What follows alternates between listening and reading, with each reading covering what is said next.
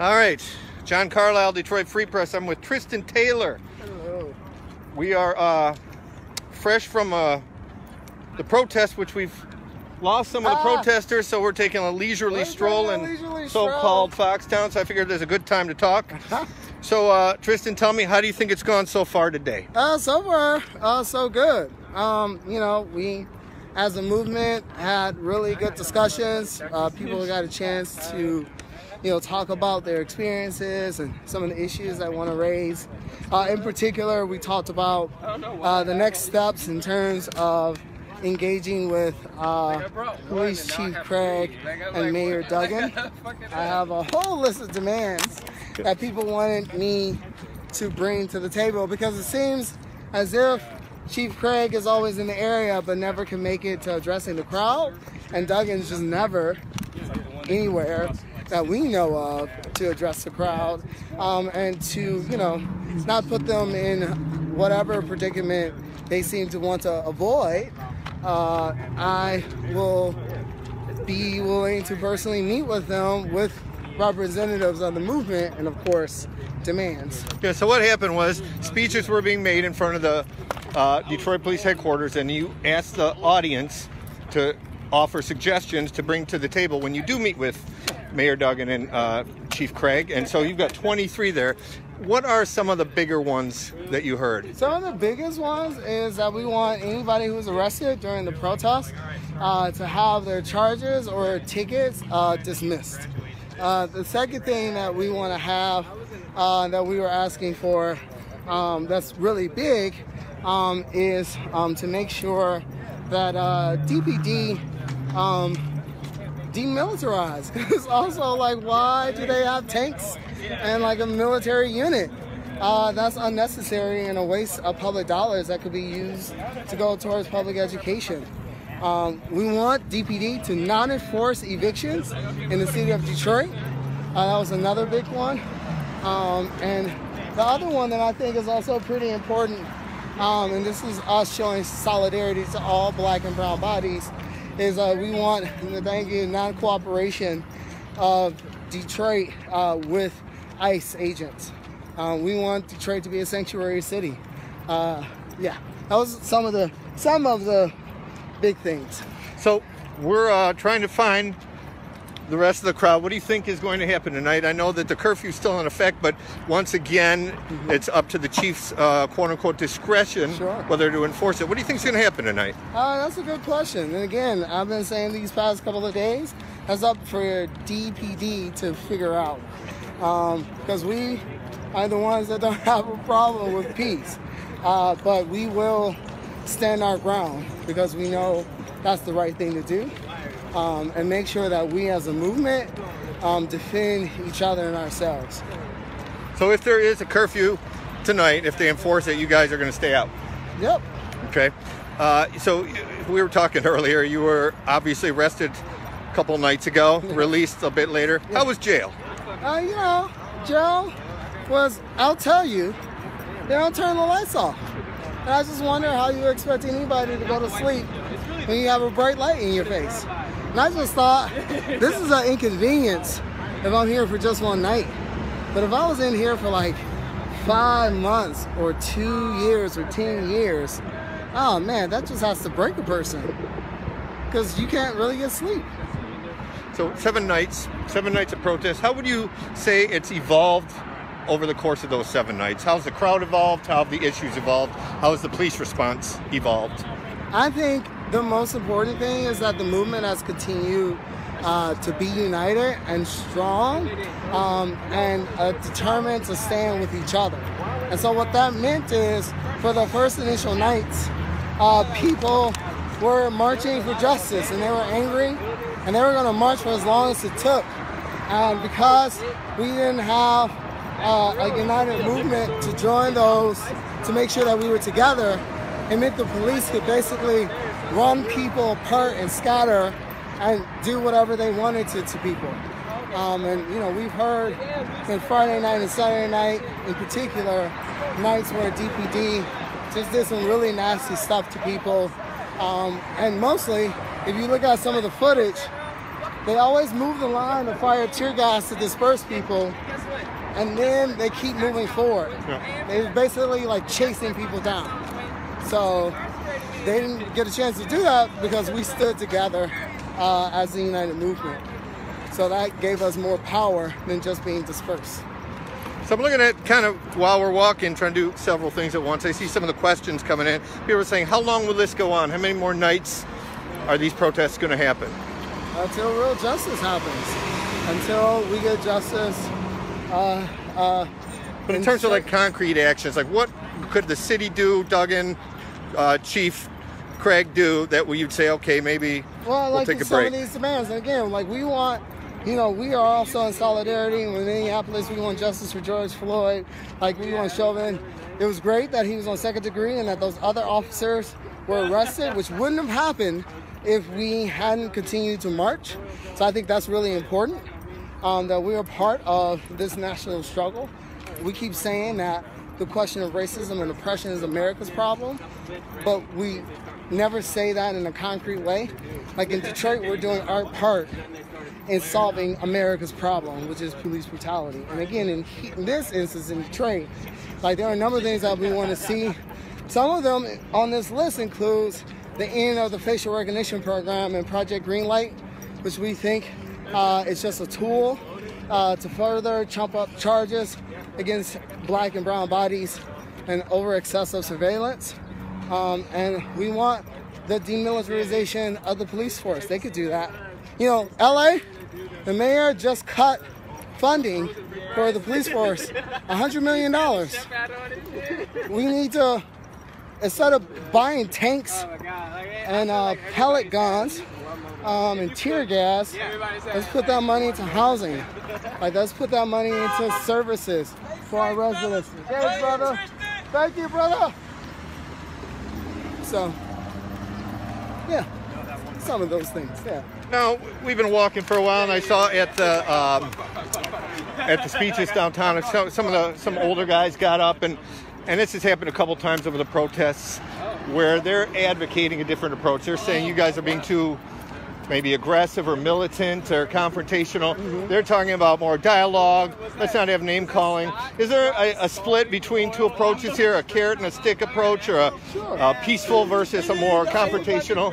Sure. And I think that we stand, I just want to make the point that we stand in the real tradition of the civil rights movement and Martin Luther King, not just through the fact that we have taken upon ourselves to fight for justice and do what it takes, building an integrated movement. But, King had to face the same things that he wrote in a letter to Birmingham, in the Birmingham jail.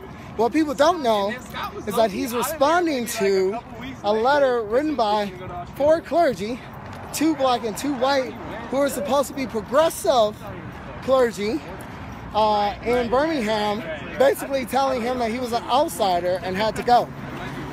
And so I think what King wrote in that letter is just as relevant today. And yeah, there's a divide, and let's call the divide what it is. There are some people who just want us to do what DPD says and accept injustice. And then there are those, a lot actually, who refuse. What do you think about this? We're walking down the street, people are honking. How do you feel about that? I mean, it just shows like how much support we have, and I think there's even been some national polls where people really support the mass demonstrations that are taking place and to demand like justice for George Floyd and the end to police brutality. So, for all the people who try to make protesters feel like, they're like outside agitators, or, and by that, of course, they erase black and brown faces participating in this movement, including myself. They also fail to recognize that the majority of people are on our side. Just trying to look at some of the comments here. First off, yeah, Mandy's off tonight. Sorry, guys, you got the B team. She's been working hard. Let me ask you about that. A lot has been said that... it's coming down. It'll be coming down to us, so we're going to meet it. Right now, they're on Woolworth still. Okay, cool. So you've heard they're saying that a lot of outside groups, outsiders, whether suburbanites or out of state, are coming into the movement. What do you think about that? Is that true? And if so, why do you think they're coming in? Again, we keep saying that racism is America's problem.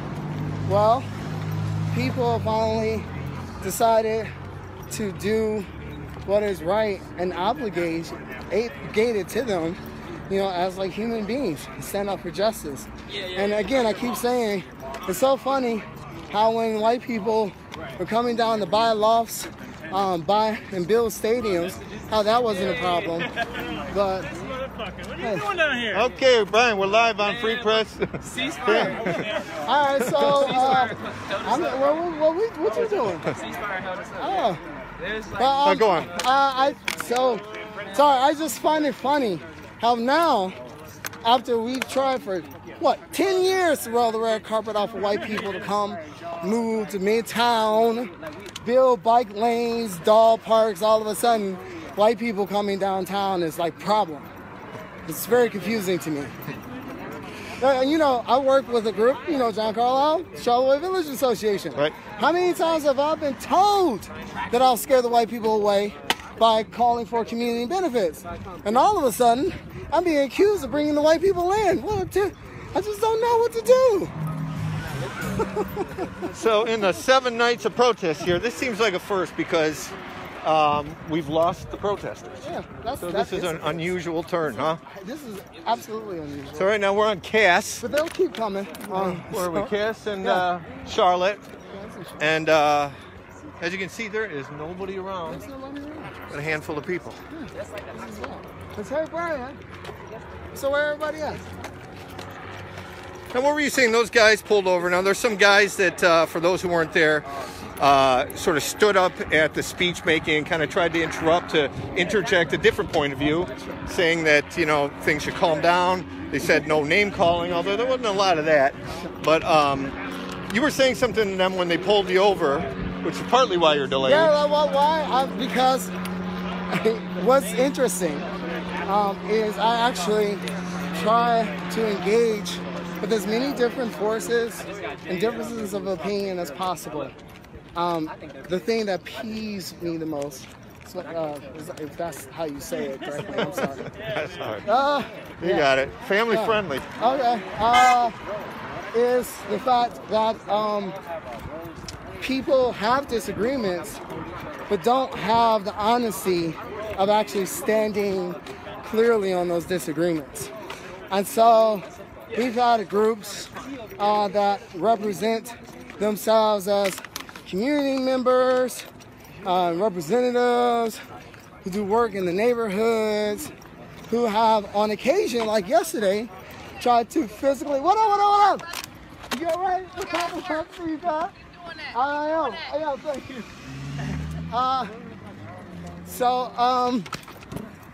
We had even some of those folks tried to physically stop us from marching forward, including, and this was actually despicable, physically threatened myself and my niece.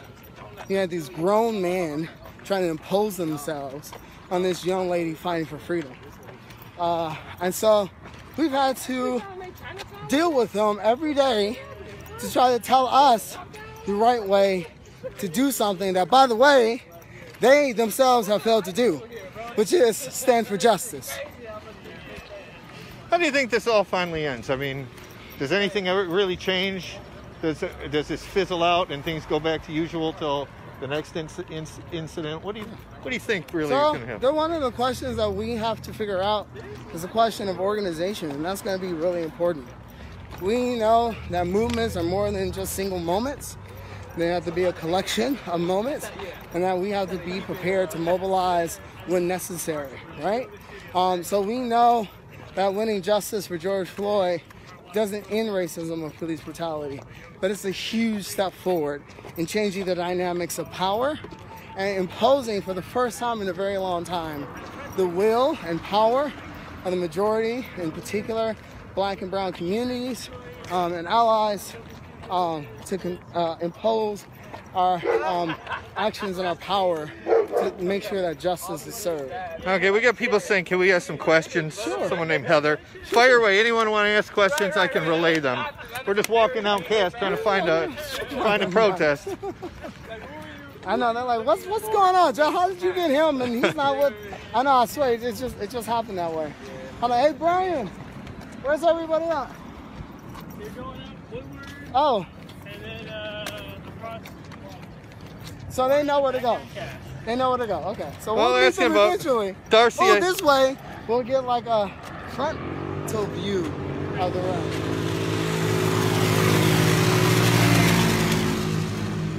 It's like old Detroit out here tonight. Oh, that's old Detroit. But see, this is new Detroit. These, Right, well, I'm sure these like used to be the hood, and now they're probably like 1,400 for like, you know, a closet. All right, someone says, address the victory. Address the victory, yes.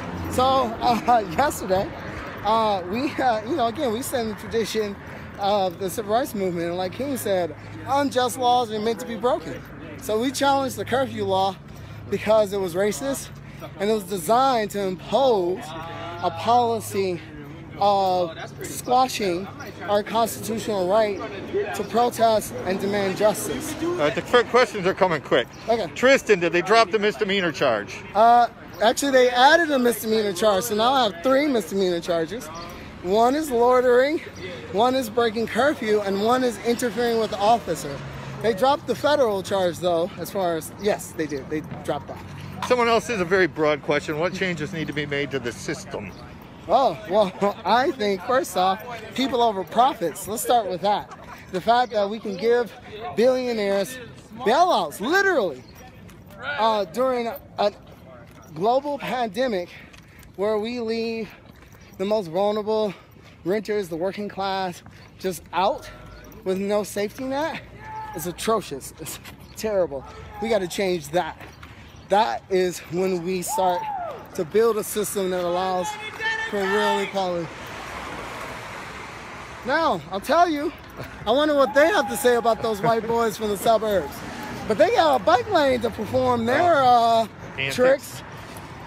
So someone else, we're getting tips about the location. Someone said north of LCA, but then someone else said by Hancock, which is a way I know, up. they're coming. We're going to run Free into press them. from Texas. Please ask my question. They're going quick, people. I'm trying to get them in. Let's see. How do you feel about Chief Craig kneeling after he locked up the protesters? That was just a photo op that was shallow, because they literally pounced on us and beat us, and then they had the nerve to take a photo op of kneeling, which, quite frankly, that's what Chauvin did. So I'm not interested in them kneeling. They do it all the time. In fact, when I think about them kneeling, I can only help but think that they envision kneeling on someone else's neck while they're doing it. Someone said run for office. We'll see. I'll tell you, King never ran for office, and yet we know without a doubt he was one of the most influential leaders of the 20th century. We gotta stay focused and realize that it's the movement, people collectively, that brings power and change.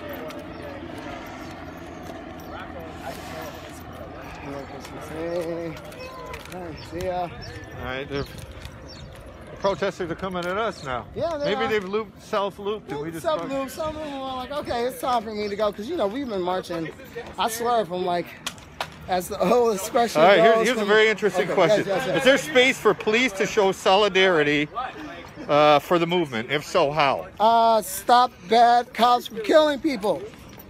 Actually intervene when you see police brutality. That's a start, because all cops are bad cops if the good cops don't stop the bad cops. How do you feel about Detroit cops not living in Detroit? Yeah, because they're the real agitators, outside agitators. I just think that what it means is we have people who level of brutality is connected to their disconnect of the community. And I think that that is a real shame, because it makes it way too easy to be brutal. Now we got a couple people kind of taking shots. They're saying this is for your personal agenda. What would you say to that? Yeah, it is. For freedom. That's my personal agenda. I'm a working class black person from Detroit. Like, this is all about me and everyone else like me, of course. I'd be foolish to tell you otherwise. I'm not about to lie. I actually like envisioning a world where I don't have to be in fear every time I'm pulled over by the police. So when we find everyone here, what are we going to do next? See, look at them. They're down there. You don't see the cop cars? I do. Is that what they're at? So maybe Hancock is correct.